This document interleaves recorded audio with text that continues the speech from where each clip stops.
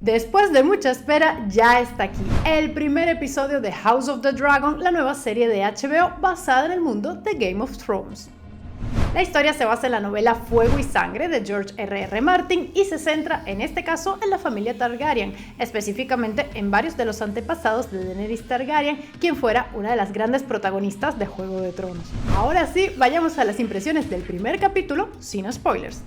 Esta serie es hija de Juego de Tronos, así que será imposible no compararla con su antecesora. Como es natural, House of the Dragon tiene varios de los ingredientes de la mítica serie de HBO. El mismo leitmotiv musical lo escuchamos colarse en varias secciones de la banda sonora, aunque con una que otra variación, y vemos presente esa atmósfera entre lo apoteósico y lo mágico, lo sórdido y lo decadente que impregnaba a Game of Thrones. A pesar de que la historia de House of the Dragon, que se centra en la familia Targaryen, transcurre casi 2 siglos antes del nacimiento de Daenerys, vemos un mundo no muy diferente al de Juego de Tronos. Luchas de poder, personajes ambivalentes y distintas alianzas que mueven las dinámicas entre personajes. La única diferencia importante es que desde el inicio en esta serie vemos dragones, muchos más de los que vimos en Juego de Tronos, pues desde el inicio se nos cuenta en House of the Dragon que los Targaryen tienen hasta 10 de estos animales. Dado que este es un capítulo introductorio, se centra en su primera mitad en presentarnos a los personajes y sus distintos caracteres. Está el rey Viserys, un tipo que no parece hecho para la difícil tarea de gobernar los 7 reinos, pues su carácter afable lo hace propenso a que más de uno se vea tentado a pasarle por encima. Su hija, Rhaenyra, quien está un poquitín frustrada, ya que por el hecho de ser mujer no puede heredar el trono y por este hecho, pues su padre no es que le hace mucho caso. Además, Rhaenyra no está muy interesada en interpretar los roles asignados típicamente a las mujeres de la sociedad en la que vive, sino más bien en volar sobre el lomo de dragones y librar grandes batallas.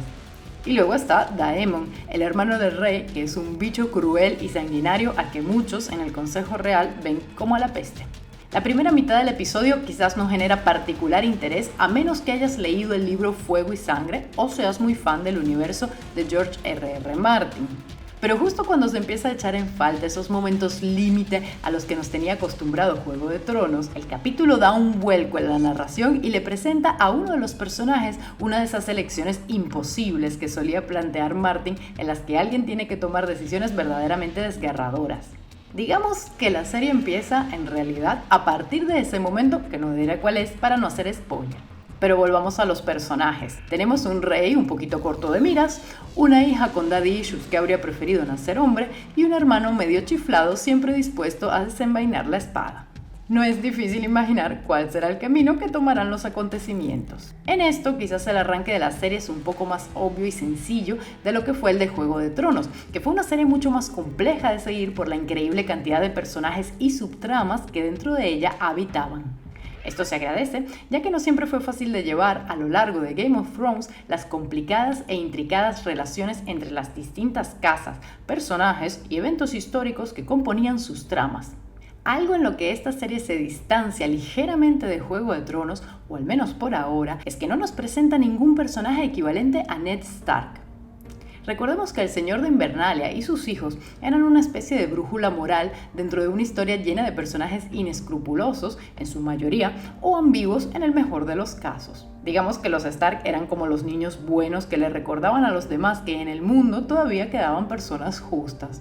En House of the Dragon, por ahora, como dije, los personajes en general son menos virtuosos. Solo Rhaenyra, que claramente se perfila como una de las protagonistas, sale bien librada en este primer episodio, aunque ya se nos insinúa que tiene una gran ambición de poder que recuerda a la propia Daenerys, que si bien a lo largo de la serie procuraba actuar con justicia, más de una vez se le pasaba la mano.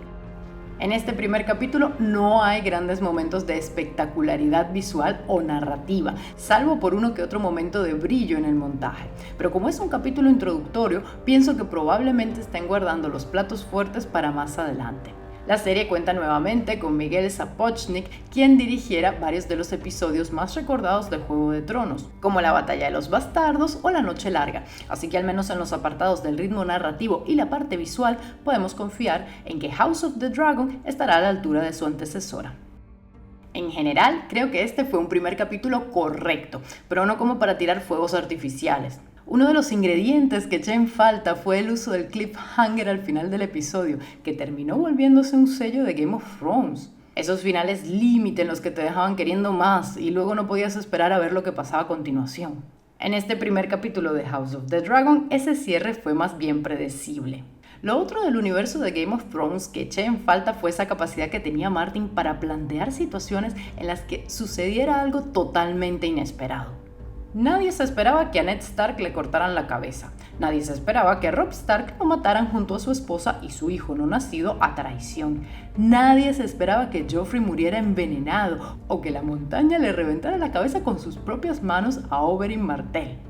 House of the Dragon es una serie que al menos hasta ahora se hace bastante predecible. Espero que esto cambie con los próximos capítulos, pues creo, de verdad, que esto fue fundamental para el éxito de Game of Thrones. Esa capacidad que tenían sus escritores para asombrarnos a todos y dejarnos con la quijada por el suelo. ¿Y a ti qué te pareció este primer episodio de House of the Dragon? ¿Crees que estará a la altura de Game of Thrones o que al menos será una buena serie? Te leemos. Chao.